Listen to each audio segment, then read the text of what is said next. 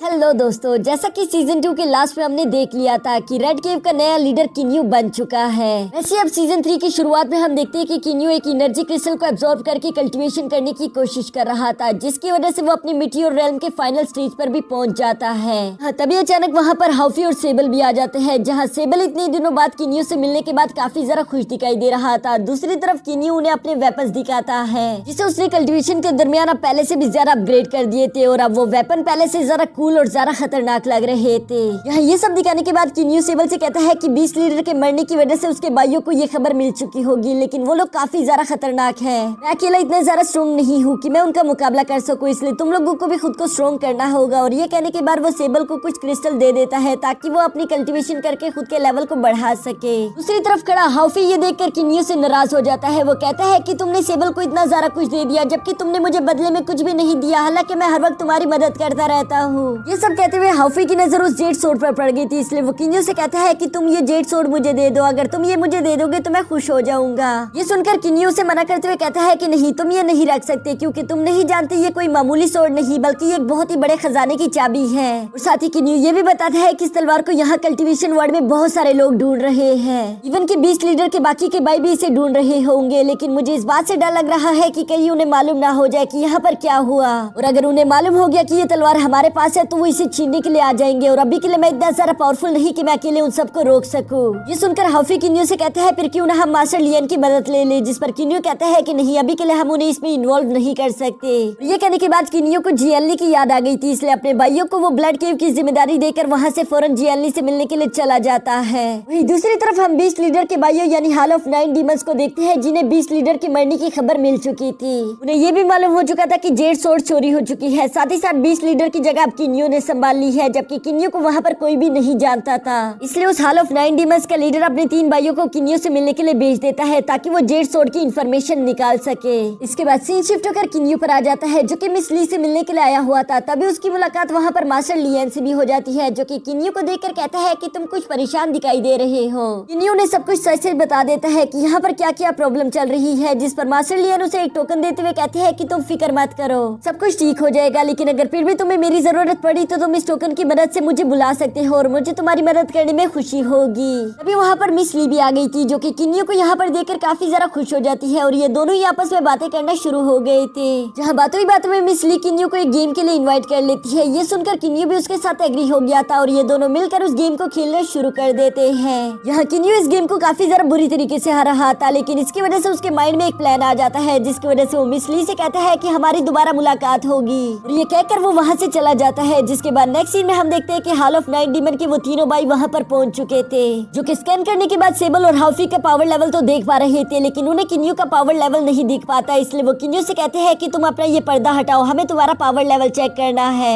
लेकिन किन्यू से कहता है कि माफ करना, मैं ऐसा नहीं कर सकता, मैंने ऐसी टेक्निक का इस्तेमाल किया है जिसकी वजह से मेरी पावर लेवल हाइड हो चुकी है और मैं इसे दोबारा से नहीं हटा सकता। अब ये सुनकर उन तीनों भाइयों को काफी ज्यादा गुस्सा आ रहा था, लेकिन वो उस गुस्से को अपने अंदर दबाते हुए वहाँ पर मौजूद गार्ड से सवाल करना शुरू कर देते हैं। वो उनसे पूछते हैं कि ये बताओ कि हमारा भाई कैसे मारा गया, जिस पर वहाँ मौजूद गार्ड्स उन्हें बताते हैं कि हमें कुछ भी मालूम नहीं, क्योंकि हमारे लीडर हमेशा खुद को लॉक करके उस सीक्रेट चैम्बर में बैठे रहते थे। वो किसी पजल को सॉल्व करने की कोशिश कर रहे थे जहाँ पर उनकी मौत हो गई, लेकिन हम में से कोई नहीं जानता कि आखिर ये सब कैसे हो गया। ये सुनकर उन तीनों भाइयों को काफी ज्यादा गुस्सा आ जाता है। जिसके बाद हम देखते हैं कि उन्होंने उन गार्ड्स पर हमला करना शुरू कर दिया था ताकि वो डर के मारे सब कुछ बता दे, लेकिन यहाँ पर किन्यू को ये सब बिल्कुल भी ठीक नहीं लगता, इसलिए वो भी अपनी पावर्स का इस्तेमाल करके यहाँ इन तीनों भाइयों से अकेले ही फाइट करना शुरू कर देता है, जहाँ किन्यू इन तीनों को बराबर की टक्कर दे रहा था। लेकिन साथ ही साथ किन्यू देखता है कि वो लोग वहाँ पर मौजूद महल और उसके लोगों को जख्मी कर रहे थे, इसलिए वो वहीं पर उनको कहता है कि रुक जाओ, मुझे उस जेड सोर्ड के बारे में सब कुछ मालूम है, लेकिन मैं उसके बारे में तुम लोगों को कुछ भी नहीं बताऊंगा। अगर तुम लोग मुझे अपने लीडर के पास ले जाओ तो मैं उन्हें सब कुछ बता सकता हूँ। ये सुनकर उन तीनों भाइयों ने यहाँ किन्यू को अपना बंदी बना लिया था और उसे अपने लीडर के पास लेकर जा रहे थे, जहाँ जाने से पहले किन्यू टेलीपैथी के थ्रू सेबल को सब कुछ बता देता है। मेरे जाने के बाद मेरे क्लैन का ख्याल रखना, साथ ही साथ वो यहाँ पर इनसे कहता है कि जेड सोर्ड की खबर चारों तरफ फैला दो, इसके बाद अगर तुम लोगों को मौका मिल जाए तो मुझे बचाने के लिए आ जाना। इसके बाद सीन शिफ्ट होकर रास्ते पर आ जाता है, जहाँ वो तीनों भाई किन्यू को अपने साथ लेकर जा रहे थे, लेकिन तभी दूसरी क्लैन की डेसिबल भी इन लोगों पर हमला करना शुरू कर देते हैं, क्योंकि सेबल और हाफी ने उस जेड सोर्ड की खबर चारों तरफ फैला दी थी। यहाँ पर काफी ज्यादा देर तक एक बहुत ही ज्यादा लंबी फाइट चलती है, जहाँ पर हम देखते हैं कि वो बाकी के क्लैन वाले लोग भी काफी ज्यादा खतरनाक थे, इसलिए वो यहाँ पर इन तीनों भाइयों में से एक भाई को जान से मार डालते हैं। जबकि ये बाकी दो बच्चे भाई बड़ी मुश्किल से किन्यू को वहाँ से लेकर वापस अपने महल आ पहुंचे थे और यहाँ आने के बाद वो अपने भाई को बताते हैं कि हमारा तीसरा भाई वहाँ पर मारा गया। साथ ही साथ वो लोग उन दूसरे डेसिबल के नेम भी जानते थे, इसलिए वो अपने लीडर को सब कुछ बता देते हैं। यहाँ ये सब सुनकर उन भाइयों में से एक भाई काफी ज्यादा गुस्सा हो गया था, इसलिए वो फौरन से किन्यू को गले से पकड़ते हुए कहता है कि ये सब तुम्हारी गलती है, तुम्हारी वजह से ये सब हुआ है, मैं तुम्हें जिंदा नहीं छोड़ूंगा। और उन 20 में से सबसे बड़ा भाई उसे शांत रहने के लिए कहता है, जिसके बाद वो किन्यू से सवाल करता है कि उस जेड सोर्ड के बारे में बताओ, वो कहाँ पर है। साथ ही साथ हमें ये भी बताओ कि हमारे भाई के साथ क्या हुआ। जो सुनकर किन्यू उन लोगों को एक झूठी कहानी सुनाना शुरू कर देता है। वो उन्हें बताता है कि मैं तो वहाँ पर मौजूद नहीं था, लेकिन मेरे मास्टर एक बहुत ही ज्यादा स्ट्रॉन्ग कल्टीवेटर है जो कि दूर से ही बता सकते हैं कि वहाँ पर क्या हुआ था। इसलिए उन्होंने मुझे बताया कि उस सीक्रेट चैम्बर के अंदर 20 लीडर ने आखिरकार उस पजल को सॉल्व कर लिया था, जिसकी वजह से उसे वो जेड सोर्ड भी मिल चुकी थी। तभी अचानक वहाँ पर एक अनजान शख्स आ गया, जिसने वहाँ पर 20 लीडर को जान से मार डाला। साथ ही साथ वो अपने साथ जाते हुए जेड सोर्ड को भी ले गया। ये बात सुनकर उस 9 हॉल ऑफ डीमन के लीडर को काफी ज्यादा गुस्सा आ गया था। वो किन्यू से कहता है कि क्या तुम्हें मैं बेवकूफ लगता हूँ, जिस पर किन्यू भी एक्टिंग करते हुए कहता है कि जो सच था वो मैंने तुम्हें बता दिया, अब तुम्हें मेरी बात माननी है या नहीं माननी ये तुम्हारी मर्जी है। दूसरी तरफ उस लीडर को कुछ भी समझ नहीं आ रहा था कि आखिर उसे क्या फैसला करना चाहिए, इसलिए वो फिलहाल के लिए किन्यू को एक जेल में बंद करवा देता है। यहाँ साथ ही हमें देखने को मिलता है कि उस गेट का चौकीदार किसी दूसरे क्लैन से मौजूद था, यानी कि वो यहाँ पर कुछ प्लान बनाकर आया हुआ है। ऊपर की तरफ हॉल में हम देखते हैं कि बीस्ट किंग ने वहाँ पर अपने भाइयों के साथ एक मीटिंग शुरू कर दी थी, जहाँ वो लोग किन्यू के मास्टर के बारे में बात कर रहे थे। वो सब लोग कहते हैं कि आखिर वो मास्टर कितना ज्यादा स्ट्रॉन्ग होगा, जिसने इतने दूर से ही ये पता लगा लिया कि हमारे भाई को किसने मारा है, साथ ही साथ जेड सोर्ड को कौन लेकर गया। वो ये सब बातें कर ही रहे थे कि तभी अचानक उन्हें जमीन में कुछ हलचल दिखाई देती है, जिसका पता लगाने के लिए वो फौरन से वहाँ से निकल जाते हैं। जबकि दूसरी तरफ हम देखते हैं कि उस सिपाही ने किन्यू को जेल से आजाद कर दिया था। साथ ही साथ उसने किन्यू को अपने आगे का प्लान भी बता दिया था और यहाँ पर किन्यू उस महल के सारे चेन तोड़ रहा था ताकि वो इस महल को यहीं पर डिस्ट्रॉय कर दे। ये देखकर उस हॉल ऑफ 9 डीमंस का एक भाई यहाँ पर किन्यू को रोकने की कोशिश करता है, जबकि बाकी के सारे भाई अपनी पावर्स का इस्तेमाल करके उस महल को नीचे गिरने से बचा रहे थे। किन्यू भी अपनी स्पीड का इस्तेमाल करते हुए वहाँ पर मौजूद सारी चेन्स को तोड़ देता है, जिसके बाद हम देखते हैं कि उसने उस महल का सारा खजाना भी अपने स्पेस रिंग में भर लिया था। और ये करने के बाद वो फौरन वहाँ से निकल जाता है, जो देखकर वहाँ पर मौजूद उन सारे डीमंस ने भी किन्यू को फॉलो करना शुरू कर दिया था। जिसके थोड़ी देर बाद हम देखते हैं कि बाकी के सेक्ट वाले लोग यहाँ पर किन्यू को कैद कर लेते हैं और ये सब किन्यू का ही प्लान था। वहीं पर हॉल ऑफ 9 डीमंस के सारे मेंबर्स भी आ चुके थे, जो कि इंडेसिबल को सामने देखकर उनसे कहते हैं कि चलो किन्यू को हमारे हवाले कर दो, अगर तुम ऐसा करते हो तो हम यहाँ से तुम्हें जिंदा जाने देंगे, वरना तुम यहाँ पर मारे जाओगे। जो सुनकर वो दोनों क्लैन वाले डेसिबल कहते हैं कि हमें माफ करना, लेकिन हम ऐसा नहीं कर सकते क्योंकि हमारे किंग्स को इस किन्यू की जरूरत है। वो भी जेड सोर्ड के बारे में सारी इन्फॉर्मेशन किन्यू से सुनना चाहते हैं, इसलिए हम किन्यू को तो तुम्हारे हवाले नहीं करने वाले। यहाँ ये सारी बातें सुनते हुए किन्यू हॉल ऑफ 9 डीमंस के लोगों को भड़का रहा था। वो उनसे कहता है कि जाओ, तुम लोगों पर तो लानत है, तुम लोग मुझे इनसे छुड़वा भी नहीं सकते। हालांकि मैंने तुम लोगों के भाई 20 लीडर को जान से मारा है, तुम लोग तो वाकई में काफी ज्यादा डरपोक हो जो कि 2 डेसिबल से भी फाइट नहीं कर सकते। ये सब सुनकर तो उस हॉल ऑफ 9 डीमंस के भाइयों को काफी ज्यादा गुस्सा आ गया था, इसलिए वो फौरन से किन्यू और उन 2 सिपाहियों पर हमला करना शुरू कर देते हैं। जबकि यहाँ दूसरी तरफ हम देखते हैं कि किन्यू अब आजाद हो चुका था। वो इन दोनों क्लैंस के लोगों को आपस में लड़वाने के साथ साथ खुद भी इन लोगों से फाइट कर रहा था। साथ ही साथ यहाँ पर 20 लीडर किन्यू को आजाद देकर कहता है कि कहीं ये यहाँ से भाग ना जाए, इसलिए उसने फौरन से वहाँ पर एक शील्ड क्रिएट करना शुरू कर दिया था। और इससे पहले कि वो शील्ड पूरी तरीके से उस आइलैंड को कवर कर पाती, हॉफी भी बड़ी तेजी के साथ उस शील्ड के अंदर इंटर हो जाता है। हॉफी को असल में यहाँ पर किन्यू ने ही माइंड टू माइंड बात करके उसे बुलाया हुआ था, क्योंकि ये सब किन्यू की ही चाल थी। यहाँ उस शील्ड के उस आइलैंड को पूरी तरीके से कवर करने के बाद बीस्ट किंग मुस्कुराते हुए कहता है कि चलो अब तुम यहाँ से बचकर नहीं निकल सकते, क्योंकि ये शील्ड बहुत ही ज्यादा पावरफुल है, तो बेहतर यही होगा कि जल्द से जल्द तुम उस जेड सोर्ड को हमारे हवाले कर दो। यहाँ वो बीस्ट किंग अब ये सब कह ही रहा था कि तभी अचानक हम देखते हैं कि हॉफी पीछे से आते हुए बीस्ट किंग के 2 भाइयों को जान से मार डालता है। साथ ही साथ वो इन दोनों की एनर्जी क्रिस्टल को अपने पास रखते हुए बीस्ट किंग से कहते हैं कि जल्द से जल्द इस शील्ड को यहाँ से हटा दो, नहीं तो तुम में से यहाँ पर कोई भी जिंदा नहीं बच पाएगा। लेकिन यहाँ दूसरी तरफ बीस्ट किंग अपने 2 और भाइयों को मरता हुआ देखकर काफी ज्यादा गुस्से में आ जाता है, इसलिए हम देखते हैं कि वो अपने भाइयों के साथ मिलकर हॉफी को मारने की कोशिश कर रहा था। जबकि दूसरी तरफ हॉफी बहुत ही आसानी के साथ उन सब लोगों के हमलों को डॉच करते हुए उनसे अपनी जान बचा रहा था। यहाँ दूसरी तरफ हम देखते हैं कि उन 2 डेसिबल के लीडर भी वहाँ पर आ जाते हैं, जिनके आते साथ ही वो अपने डेसिबल से कहते हैं कि बस तुम लोगों का काम यहाँ पर पूरा हो गया, अब हम आगे का काम संभाल लेंगे, तुम लोग चाहो तो यहाँ से जा सकते हो। यहाँ उन दोनों क्लैन के लीडर्स को यहाँ पर बीस्ट किंग देकर कहता है कि तुम दोनों यहाँ पर क्या कर रहे हो, इस मैटर में तुम लोगों को अपनी टांग नहीं अड़ानी चाहिए, क्योंकि ये किन्यू और हमारे बीच का मामला है। ये सुनकर उन दोनों क्लैन लीडर में से एक लीडर आगे आकर कहता है कि अब तुम मुझे बताओगे कि हमें क्या करना चाहिए और क्या नहीं। और ये कहते साथ ही उसने अपनी 3rd आई भी एक्टिवेट कर ली थी, जिसके अंदर से वो एक बहुत ही ज्यादा पावरफुल अटैक उस शील्ड पर करता है। और ये अटैक इतना ज्यादा पावरफुल था कि वो शील्ड को बीच बीच में से ही काट देता है। यहाँ अब हम देखते हैं कि वो शील्ड तो पूरी तरीके से डिस्ट्रॉय हो चुकी थी, जो देखकर किन्यू और हाफी दोनों ही मिलकर उन बीस्ट पर हमला करना शुरू कर देते हैं। इस हमले के दौरान अब हाफी भी अपने बीस्ट फॉर्म यानी एक बहुत बड़े मंकी में बदल चुका था। इतने बड़े फॉर्म में होने की वजह से हाफी वहाँ पर मौजूद बीस्ट किंग और उसके भाइयों को काफी बुरी तरीके से मार रहा था, जो देखकर वो दोनों सेक्ट लीडर कहते हैं कि ये तो बहुत ज्यादा खतरनाक है, हमें इसे अभी वक्त रहते खत्म करना होगा, नहीं तो हो सकता है कि ये फ्यूचर में हमारे लिए भी प्रॉब्लम क्रिएट करना शुरू कर दे। और इसी वजह से हम देखते हैं कि इन दोनों ने मिलकर हाफी पर हमला करना शुरू कर दिया था, जिसकी वजह से हाफी को काफी ज्यादा दर्द होता है और इस दर्द की वजह से वो गुस्से में आ गया था। यह इतना ज्यादा गुस्सा होने की वजह से वो खुद का कंट्रोल खो देता है, जिसके बाद हम देखते हैं कि उसने वहाँ पर मौजूद सब लोगों पर लेजर बरसाना शुरू कर दिया था, इवन कि वो किन्यू पर भी हमला कर देता है। किन्यू ये देखकर फौरन से जंप करते हुए उसे होश में लाने की कोशिश करता है, पर वो जितनी मर्जी कोशिश कर ले हाफी तो होश में आने का नाम ही नहीं ले रहा था। ये देखकर सामने खड़ा बीस्ट किंग उन दो सेक्ट लीडर से कहता है क्यों ना हम पहले इस मंकी को जान से मार डाले, जिसके बाद हम लोग आपस में अपना फैसला भी कर लेंगे।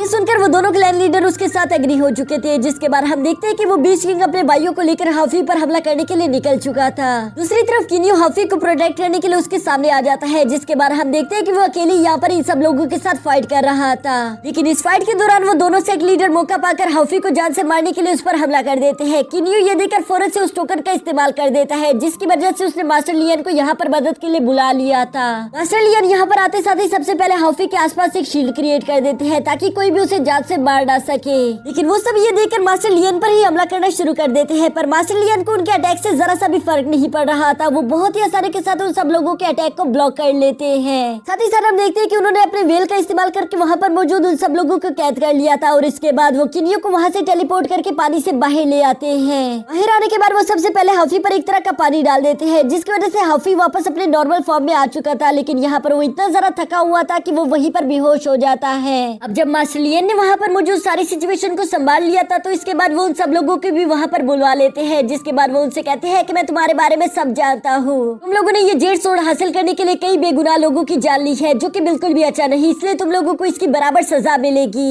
लेकिन किन्यू यहाँ पर मास्टर लियन से कहते हैं कि इन लोगों ने अपना सबक सीख लिया, इधर ये लोग ऐसा कुछ भी नहीं करेंगे, इसलिए आप इन्हें प्लीज माफ कर दीजिए।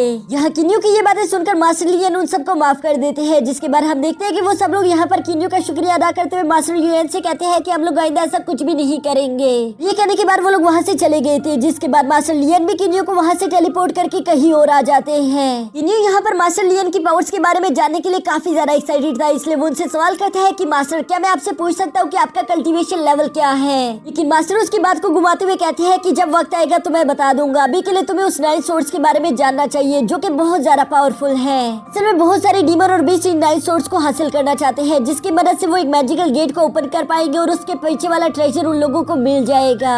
ऐसा कहा जाता है कि वो ट्रेजर बहुत ज्यादा कीमती है और अब तो तुम्हारे पास एक सोर्ड भी मौजूद है, इसलिए तुम्हें बाकी के 8 सोर्स ढूंढनी होगी, जिसके बाद तुम वो ट्रेजर हासिल कर सकते हो। लेकिन तुम्हें ये सब कुछ बहुत ही ज्यादा संभल कर करना होगा, क्योंकि उस सोर्ड को हासिल करने के लिए तुम पर कभी भी कोई भी हमला कर सकता है। किन्यू यहाँ पर मास्टर लियन की बात समझ गया था, लेकिन साथ ही साथ वो ये भी जानता था कि उसका ब्लड केव पूरी तरीके से डिस्ट्रॉय हो चुका है, इसलिए वो उसी जगह पर अपना नया पिविलियन बनाना शुरू कर देता है, जिसमें उसके बाकी के दोस्त भी उसकी मदद कर रहे थे। और अगले कुछ ही दिनों के अंदर वो वहाँ पर न्यू पिविलियन बनाकर तैयार कर देती है, जिसका नाम किन्यू स्टार पिविलियन रख देता है। अब यहाँ स्टार पिविलियन का नया लीडर मास्टर लियन ने किन्यू को चूज किया था, जिसके बाद हम देखते हैं कि किन्यू वहाँ पर ब्लड केव के सारे गार्ड्स को भी ले आता है। साथ ही साथ किन्यू देखता है कि उन गार्ड्स में अब एक नई लड़की भी शामिल थी, जिसे सेबल ने खुद अपॉइंट किया था, क्योंकि वो उन सब में से बहुत ज्यादा स्ट्रॉन्ग है। ये जानने के बाद किन्यू उसे वहाँ का कमांडर बना देता है, जबकि साथ ही साथ उसने जोंग को वहाँ का मैनेजर बना दिया था और इसके बाद वो उन सब लोगों को जिम्मेदारी संभालने के लिए वहीं पर छोड़ देता है, जबकि वो खुद भी स्ली के साथ उस पिविलियन को अंदर से देखना शुरू कर देता है। और उसने ये पिविलियन बिल्कुल उस क्लाउड बेस्ड सेक्ट विला की तरह ही बनाया हुआ था, जहाँ पर उसने अपना सारा बचपन गुजार दिया था। यहाँ भी स्ली किन्यू के साथ काफी जरा खुश दिखाई दे रही थी और ये दोनों आपस में काफी जरा क्वालिटी टाइप स्पेंड करते हैं। नेक्स्ट डे हम देखते हैं कि किन्यू ने वहाँ पर मौजूद सारे के सारे क्लैंस जिनके पास जेड सोर्ड थी, उन सब लोगों को अपने पिविलियन में इनवाइट कर लिया था और वो सब लोग एक साथ बैठकर खाना खा रहे थे। यहाँ खाना खाते हुए वो लोग आपस में बातें कर रहे थे और धीरे धीरे इन लोगों की दोस्ती बढ़ रही थी, जिसके बाद हम देखते हैं कि इमॉर्टल क्लैन का लीडर वहाँ पर खड़े होकर किन्यू से कहता है कि आप सब लोग अपनी जेड सोर्ड मेरे हवाले कर दीजिए, अगर आप लोग ऐसा करते हैं तो मैं उस नाइट सोर्ड को ढूंढने में आपकी मदद कर सकता हूँ। ये सुनकर किन्यू को पहले तो उस पर यकीन नहीं आता, लेकिन तब वो इमॉर्टल क्लैन का लीडर कहता है कि मैं एक स्पेल के बारे में जानता हूँ, जिनमें मैं इन 8 जेड सोर्ड का इस्तेमाल करके उस 9th जेड सोर्ड को ढूंढ सकता हूँ। ये सुनकर किन्यू काफी जरा खुश हो जाता है और सबसे पहले वही अपनी तलवार उसके हवाले कर देता है, जो देखकर अब बाकी के क्लैन लीडर ने भी उस पर ट्रस्ट करना शुरू कर दिया था और वो सब लोग ही अपनी जेड सोड निकालकर उसके हवाले कर देते हैं। सारी की सारी जेड सोड मिलने के बाद हम देखते हैं कि इमॉर्टल क्लैन के लीडर ने एक स्पेल परफॉर्म करना शुरू कर दिया था, जिसकी वजह से वो सारे के सारे सोड एक डायरेक्शन में मूव करना शुरू कर देते हैं।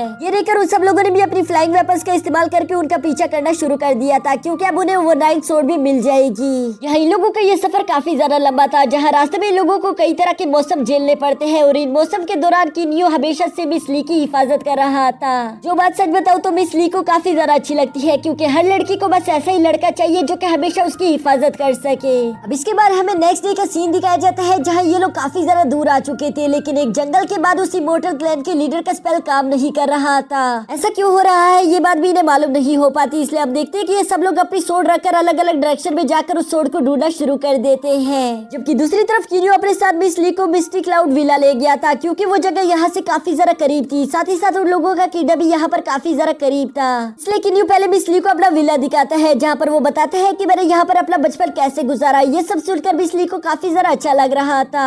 ये सब करने के बाद किन्यू अपनी फैमिली से मुलाकात करने के लिए वापस अपने किला भी आ जाता है, जहाँ सबसे पहले उसकी मुलाकात अपने भाइयों से होती है। उसके भाई यहाँ पर इतने वक्त बाद किन्यू को देखकर काफी ज्यादा खुश हो गए थे, जबकि दूसरी तरफ किन्यू लगातार अपने फादर के बारे में पूछ रहा था, जो सुनकर उसके भाई कहते हैं कि हमें माफ करना, लेकिन तुम्हारी फादर से मुलाकात नहीं हो सकती, क्योंकि वो अंकल यूनजी के साथ एक स्पेशल टेक्निक सुनने के लिए यहाँ से बहुत ज्यादा दूर गए हुए हैं। ये सुनकर किन्यू कहते हैं चलो कोई बात नहीं, मैं सिर्फ अपने मास्टर से ही मुलाकात करके चला जाऊंगा, लेकिन उसके भाई कहते हैं कि नहीं, तुम्हारा मास्टर भी यहाँ पर नहीं है, वो भी जरूरी काम से बाहर है। अब यहाँ बार बार इनकार सुनकर किन्यू को शक हो गया था, वो समझ गया था कि कुछ न कुछ तो गड़बड़ है और इसलिए वो बड़ी तेजी के साथ सीधा सीक्रेट चैम्बर की तरफ चला जाता है। जहाँ पहुंचने पर वो देखता है कि उसके फादर और अंकल यूजी वहीं पर मौजूद थे, लेकिन उन दोनों का एक एक हाथ कट चुका था और ये सब वहीं पर मौजूद एक दुश्मन क्लैन ने किया है। किंडाई और मास्टर यूजी यहाँ पर छुप के इसलिए बैठे हुए थे क्योंकि वो लोग किन्यू को इसके बारे में नहीं बताना चाहते थे, वरना वो लोग जानते थे कि किन्यू क्या करेगा। और अब जब किन्यू ने खुद ही सब कुछ अपनी आंखों से देख लिया है, तो वो उसे बता देती है कि ये सब मिंग क्लैन के लीडर ने किया है।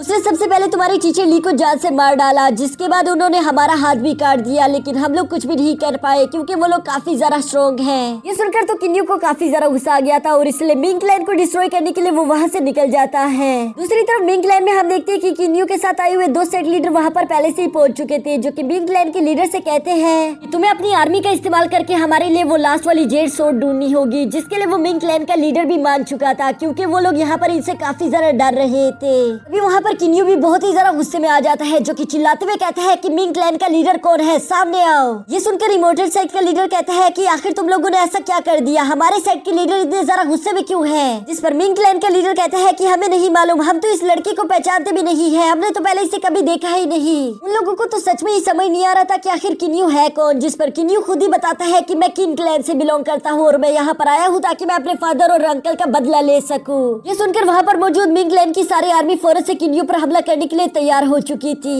लेकिन तभी वहाँ पर सेबल और हाफी भी अपने साथ डीमन कल्टिवेटर्स की एक बहुत बड़ी आर्मी लेकर आ जाते हैं, जिसे देखकर तो मिंग क्लैन का किंग काफी ज्यादा घबरा गया था। वो फौरन से किन्यू के सामने झुकते हुए कहते हैं कि प्लीज हमें माफ कर दीजिए, हमें मालूम नहीं था कि वो आपका फादर है, नहीं तो हम लोग कभी भी ऐसा ना करते। लेकिन किन्यू ये सब कुछ अनसुना कर देता है और हम देखते हैं कि उसने बड़ी तेजी से किंग के बेटे पर हमला करना शुरू कर दिया था, जहाँ वो उसे काफी ज्यादा बुरी तरीके से मार रहा था। इमॉर्टल सेट का लीडर ये देखकर बीच में आते हुए किन्यू को रोककर कहता है कि तुम ऐसा नहीं कर सकते, हमारे इमॉर्टल सेट की कुछ रूल है, अगर तुमने उन रूल्स को तोड़ दिया तो यहाँ पर एक बहुत बड़ी जंग शुरू हो जाएगी। वो अभी ये कह ही रहा था कि तभी हम देखते हैं कि डेविल सेट का लीडर बड़ी तेजी के साथ आकर उस किंग के बेटे को जान से मार देता है। साथ ही वो कहते हैं कि अब जो होगा देखा जाएगा, इस बात से कोई फर्क नहीं पड़ता। अब यहाँ ये सब होने के बाद इमॉर्टल सेट का लीडर किन्यू से कहता है कि बस करो, बहुत हो गया, तुमने अपना बदला पूरा कर लिया है, क्योंकि किंग के बेटे ने ही तुम्हारी टीचर को जान से मारा था, साथ ही साथ उसने तुम्हारे अंकल और फादर का हाथ भी काटा है, इसलिए तुम्हारा बदला पूरा हो चुका है। अगर इसके बाद तुमने किसी और की जान ली तो ये बिल्कुल नाइंसाफी होगी, क्योंकि वो सब लोग बेकसूर हैं। ये सब सुनकर किन्यू काफी ज्यादा गुस्से में था, लेकिन वो किसी तरह करके खुद को शांत करा देता है, जिसके बाद वो अपनी टीम को लेकर वापस अपने मेंशन आ गया था,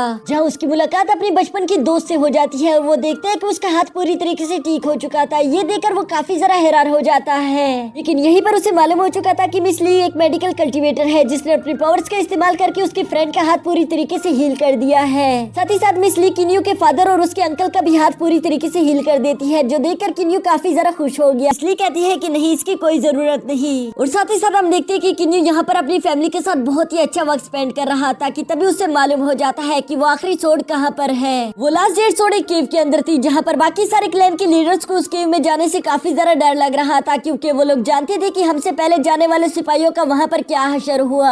उनमें से कोई भी जिंदा निकल कर बाहर नहीं आ पाया। ये सुनकर किन्यू कहता है कि चलो कोई बात नहीं, अगर तुम लोगों को डर लग रहा है तो मैं खुद आगे जाऊंगा। और वो ये कहकर सबसे पहले खुद ही उस केव में चला जाता है, जिसकी वजह से बाकी के क्लैन लीडर्स को भी थोड़ी बहुत हिम्मत मिल चुकी थी और वो भी किन्यू को फॉलो करना शुरू कर देते हैं। उस केव के अंदर इन लोगों को काफी सारी मुसीबतों का सामना करना पड़ता है, लेकिन ये लोग हार नहीं मानते बल्कि यूं ही हिम्मत करके आगे बढ़ते जा रहे थे। और आखिरकार इन लोगों को एक जगह पर रुकना ही पड़ता है, क्योंकि वहाँ आगे 9 रास्ते गए हुए थे और इन लोगों को समझ नहीं आ रहा था कि आखिर हमें किस रास्ते को फॉलो करना चाहिए। जिस पर इमोर्टल क्लैन का लीडर एक बार फिर से आगे आकर वही अपना पुराना स्पेल कास्ट करता है ताकि वो उस 9 सोर्ड को ढूंढ सके, लेकिन हम देखते हैं कि उसके सोर्ड्स वापस घूमकर वहीं पर आ चुके थे। यानी कि कोई इसके खिलाफ अपने स्पेल्स का इस्तेमाल करके उन सोर्ड्स को भटका रहा है। अब ये जानने के बाद किन्यू कहता है कि हम लोग इतनी दूर तक आए हैं, हम लोग यूं हार नहीं मान सकते, इसलिए मुझे लगता है कि हमें इस सामने वाले रास्ते में जाना चाहिए। और ये कहने के बाद वो सब लोग ही उस रास्ते की तरफ आगे बढ़ना शुरू कर देते हैं। वो रास्ता सीधा जाकर एक डेड एंड पर पहुंच जाता है, जहाँ इन लोगों पर चारों तरफ से लावा गिर रहा था। ये देखकर ये सब लोग ही अपने सामने शील्ड क्रिएट कर लेते हैं, लेकिन वो शील्ड इतनी ज्यादा पावरफुल नहीं थी। साथ ही साथ वो लावा यहाँ पर बढ़ता जा रहा था, जिसकी वजह से ये लोग उसे ज्यादा देर तक रोक नहीं पाते और वो लावा सीधा आकर इन्हें टच कर देता है, जो देखकर ये लोग काफी ज्यादा घबरा गए थे। लेकिन तभी ये लोग टेलीपोर्ट होकर एक अजीब सी जगह पर आ जाते हैं, जहाँ पर एक निकाबपोश आदमी भी अपने सिंहासन पर बैठा हुआ था, जिसका नाम यांगमो है। वो किन्यू से कहता है कि तुम लोग जरूर यहाँ पर 9th जेड सोर्ड ढूंढने के लिए आए होंगे, लेकिन वो मेरे पास है। और ये कहते साथ ही वो अपना मास्क भी हटा देता है, जो देखकर वहाँ पर मौजूद लोग काफी ज्यादा शॉक हो गए थे, क्योंकि असल में यांगमो पहले ब्लैक ड्रैगन क्लैन से बिलोंग करता था। साथ ही साथ यहाँ पर यांगमो बताता है कि अगर तुम लोगों को वो ट्रेजर चाहिए तो तुम लोगों को मुझे भी अपनी टीम में शामिल करना होगा। वो 9 जेड सोर्ड मेरे पास है, इसलिए मैं वो तुम्हें वैसे तो नहीं देने वाला। ये सुनकर किन्यू ने थोड़ी देर के लिए सोचना शुरू कर दिया था, लेकिन फिर वो सोचता है कि हमारी टीम जितनी ज्यादा स्ट्रॉन्ग होगी उतना ही हमारे लिए बेहतर होगा। इसलिए किन्यू कहते हैं ठीक है, तुम और तुम्हारे ये मैजिकल बीस्ट हमारे साथ आ सकते हैं, लेकिन अगर तुमने कोई होशियारी करने की कोशिश की तो ये बिल्कुल भी ठीक नहीं होगा। अब यहाँ सब लोगों के एग्री होने के बाद हम देखते हैं कि ये लोग उस गुफा से बाहर आ गए थे, जहाँ पर 9 जेड सोर्ड्स की मदद से अब इन लोगों को उस ट्रेजर की लोकेशन भी मालूम हो जाती है। लेकिन साथ ही साथ ये लोग ये बात भी बहुत अच्छे से जानते थे कि वो जगह बहुत ज्यादा खतरनाक है, इसलिए हम लोग वहाँ पर यूं ही नहीं जा सकते। साथ ही साथ इन लोगों ने डिसाइड किया था कि वो जगह यहाँ से काफी ज्यादा दूर है, हम अपने साथ वहाँ पर सब लोगों को लेकर नहीं जा सकते, इसलिए हमें से जिस के पास भी जेड सोर्ड मौजूद है वो अपने साथ एक एक आदमी को लेकर आ सकता है। ये सुनकर सबके सब एग्री हो चुके थे, लेकिन बीस्ट किंग इस बात के लिए एग्री नहीं हो रहा था। वो कहता है कि मैं तो अपने सारे भाइयों को लेकर आऊंगा, नहीं तो तुम में से कोई भी जा नहीं पाएगा। ये सुनकर तो यांगमो को काफी ज्यादा गुस्सा आ गया था, इसलिए वो बीस्ट किंग के साथ साथ वहाँ पर मौजूद उसके सारे भाइयों को भी जान से मार डालता है। जो बात बीस्ट किंग के लास्ट बचे भाई को दूर से ही मालूम हो चुकी थी। यहाँ दूसरी तरफ ग्रीन क्लैन का लीडर कहता है कि तुमने ये क्या कर दिया, तुम यकीन करने के काबिल नहीं हो, क्योंकि तुमने अभी हमारी नजरों के सामने ही हमारे एक टीममेट को मार दिया, क्या पता तुम फ्यूचर में हम पर भी हमला कर दो। जिस पर यांगमो कहता है कि वो बीस्ट किंग काफी ज्यादा कमजोर था और हमारी टीम में कमजोरों की कोई जगह नहीं। साथ ही साथ यांगमो यहाँ पर इन लोगों से कहता है कि वो ट्रेजर गेट यहाँ से काफी ज्यादा दूर है, जहाँ तक पहुँचने के लिए मुझे तो सिर्फ 4 महीने लगेंगे, क्योंकि मैं 6x9 ट्राइबोल्यूशन पर हूँ, लेकिन तुम लोग अभी तक सिर्फ 4x9 ट्राइबोल्यूशन पर हूँ, जिसकी वजह से तुम लोगों को वहाँ तक पहुँचने के लिए सालों लग जाएंगे और इसीलिए हम लोग वहाँ पर अभी के लिए नहीं जा सकते, जबकि तुम लोगों के पास सिर्फ 1 साल है। तुम लोगों को खुद को 6x9 ट्राइबोल्यूशन तक लाना ही होगा, ताकि तुम लोग मेरी स्पीड को मैच कर सको और हम लोग वहाँ पर जल्द से जल्द पहुँच सके। ये सब कहने के बाद यांगमो यहाँ पर इन लोगों से कहता है कि हम लोग ठीक 1 साल बाद दोबारा इसी जगह पर मिलेंगे, और ये कहने के बाद वो सब लोग वहाँ से चले जाते हैं। जबकि यहाँ दूसरी तरफ किन्यू काफी ज्यादा घबराया हुआ लग रहा था, क्योंकि वो जानता था कि बीस्ट किंग और उसके बाकी के सारे 8 भाई मारे जा चुके हैं और इस बात को लेकर उनका आखिरी भाई बिल्कुल भी खुश नहीं होगा, इसीलिए उसे डर लग रहा था कि कहीं वो मेरी फैमिली पर हमला ना कर दे। लेकिन ये सब सुनकर किन्यू का फादर उसे शांत रहने के लिए कहता है। वो उसे कहता है कि तुम फिक्र मत करो, वैसे भी तुम्हारे गार्ड्स हमारी हिफाजत करने के लिए यहाँ पर मौजूद है। साथ ही साथ वो बताते हैं कि सेबल और हाफी काफी ज्यादा पावरफुल है, मुझे नहीं लगता कि उनका लास्ट भाई हम पर हमला करने की कोशिश कर सकता है। लेकिन यहाँ पर किंडाई पूरी तरीके से गलत था, क्योंकि दूसरी तरफ हम देखते हैं कि वो बीस्ट ब्रदर जो कि अब बीस्ट किंग बन चुका है, वो काफी ज्यादा गुस्सा हो रहा था। वो कहते हैं कि मेरी पूरी की पूरी फैमिली मारी जा चुकी है और जरूर इसके पीछे किन्यू का ही हाथ होगा। ये सब कहने के बाद वो अपने सेनापति को किन्यू की फैमिली को मारने के लिए कहता है, ताकि वो अपना हिसाब पूरा कर सके। यहाँ साथ ही साथ हम देखते हैं कि किन्यू और सेबल दोनों ही लगातार अपनी कल्टीवेशन कर रहे थे, जहाँ सेबल का पहले ही 6x9 ट्राइबोल्यूशन शुरू हो जाता है। ये ट्राइबोल्यूशन एग्जाम सेबल के लिए काफी ज्यादा मुश्किल था, लेकिन सेबल हार नहीं मानता और काफी ज्यादा मेहनत करने के बाद आखिरकार उस एग्जाम को पास कर लेता है। यहाँ 6x9 ट्राइबोल्यूशन एग्जाम को पास करने की वजह से हम देखते हैं कि सेबल एक बार फिर से इवॉल्व हो चुका था और उसकी अब आधी बॉडी इंसान की हो चुकी थी, जबकि आधी अभी भी बर्ड की थी। ये देखकर तो किन्यू काफी ज्यादा खुश हो गया था और वो फौरन से सेबल को गले लगा लेता है, जबकि दूसरी तरफ हम देखते हैं कि हावियो यहाँ पर किन्यू के लिए एक बुरी खबर लेकर आया हुआ था। वो उसी शाम किन्यू को बताते हैं कि बीस्ट किंग के कुछ साथियों ने हमारे स्टार पेविलियन पर हमला कर दिया था, जिसकी वजह से वो हमारे स्टार पेविलियन में घुल मिल गए हैं। ये सुनकर किन्यू भी थोड़ा सा परेशान हो गया था, क्योंकि वो समझ गया था कि बीस्ट किंग ने अपनी पहली चाल चल दी है। इसलिए वो हाफी से कहता है कि तुम स्टार पेविलियन के सारे टोकन्स चेंज करवा दो, ताकि हमें उन स्पाइस के बारे में मालूम हो सके। ये ना हो कि वो हमारे ही गार्ड्स में मिलकर हम पर हमला कर दे। ये सुनकर हाफी बिल्कुल ऐसे ही करता है, जबकि दूसरी तरफ किन्यू अभी भी बीस्ट किंग के बारे में सोच रहा था। उसे काफी जरा फिक्र हो रही थी। अभी अचानक मिस ली भी वहाँ पर आ जाती है, जो कि किन्यू से सवाल करती है कि आखिर तुम इतने ज्यादा परेशान क्यों दिखाई दे रहे हो। किन्यू उसे सब कुछ सच सच बता देता है। साथ ही साथ किन्यू कहते हैं, लगता है मुझे अपनी ट्राइबोल्यूशन एग्जाम की बात को लीक करवाना होगा, ताकि उस बीस्ट किंग को लगे कि ये मुझे मारने का एक अच्छा मौका है और वो मुझ पर हमला कर दे, जिसकी वजह से मैं उसे जान से मार डालूंगा।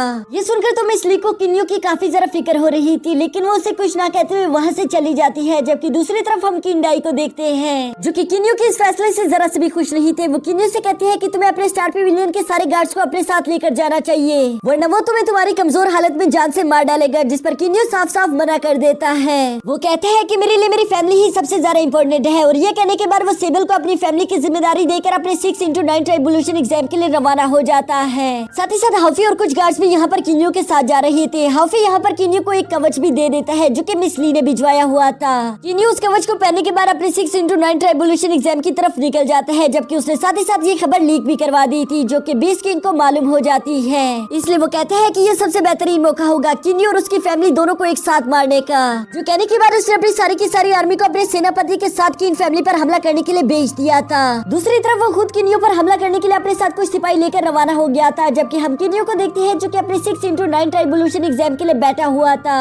उस एग्जाम की फर्स्ट 3 स्ट्राइक यहाँ पर आकर किन्यू से टकरा जाती है, जिसे किन्यू ने काफी आसानी के साथ ब्लॉक कर दिया था। और यहाँ पर जैसे उसकी लास्ट लाइटिंग का समय होता है, तभी अचानक बीस्ट किंग भी वहाँ पर पहुँच जाता है, जो कि किन्यू को यूं कमजोर हालत में देखकर उस पर फौरन से अटैक कर देता है। ये देखकर किन्यू काफी ज्यादा परेशान हो गया था, क्योंकि उसके दोनों तरफ से उस पर अटैक्स हो रहे थे। इसलिए वो फौरन अपने सामने एक शील्ड क्रिएट कर देता है, जिसकी वजह से वो उन दोनों अटैक्स को ब्लॉक कर रहा था। और थोड़ी देर की मेहनत के बाद आखिरकार वो इसमें कामयाब भी हो जाता है। यानी कि किन्यू ने अपने 6x9 ट्राइबोल्यूशन एग्जाम को पूरी तरीके से कंप्लीट कर लिया था, और वो अब काफी ज्यादा स्ट्रॉन्ग हो चुका है। साथ ही साथ यहाँ पर हमें किन फैमिली की हालत दिखाई जाती है, जिन पर हमला हो चुका था, और सेबल वहाँ पर मौजूद उन सारी आर्मी से फाइट कर रहा था। ये फाइट काफी ज्यादा देर तक चलती है, जबकि साथ ही साथ हम देखते हैं कि किंडाई भी अपनी आर्मी को लेकर सेबल की मदद कर रहा था। इस हमले के दौरान हम देखते हैं कि बीस्ट किंग का सेनापति यहाँ किंडाई पर हमला करना शुरू कर देता है, जिसकी वजह से किंडाई काफी कमजोर पड़ चुके थे। पर इससे पहले कि वो सेनापति यहाँ किंडाई को जान से मार पाता, तभी हाफी वहाँ वक्त पर पहुंच जाता है, जिसने किंडाई की जान बचा ली थी। साथ ही साथ वो यहाँ पर आते साथ ही उस सेनापति को भी जान से मार देता है, जिसके बाद हम देखते हैं कि बीस्ट किंग की आर्मी काफी ज्यादा कमजोर पड़ चुकी थी, और इसी वजह से किन फैमिली ये जंग जीत जाती है। जबकि दूसरी तरफ हम किन्यू को देखते हैं, जो कि उस बीस्ट किंग के साथ काफी ज्यादा खतरनाक फाइट लड़ रहा था।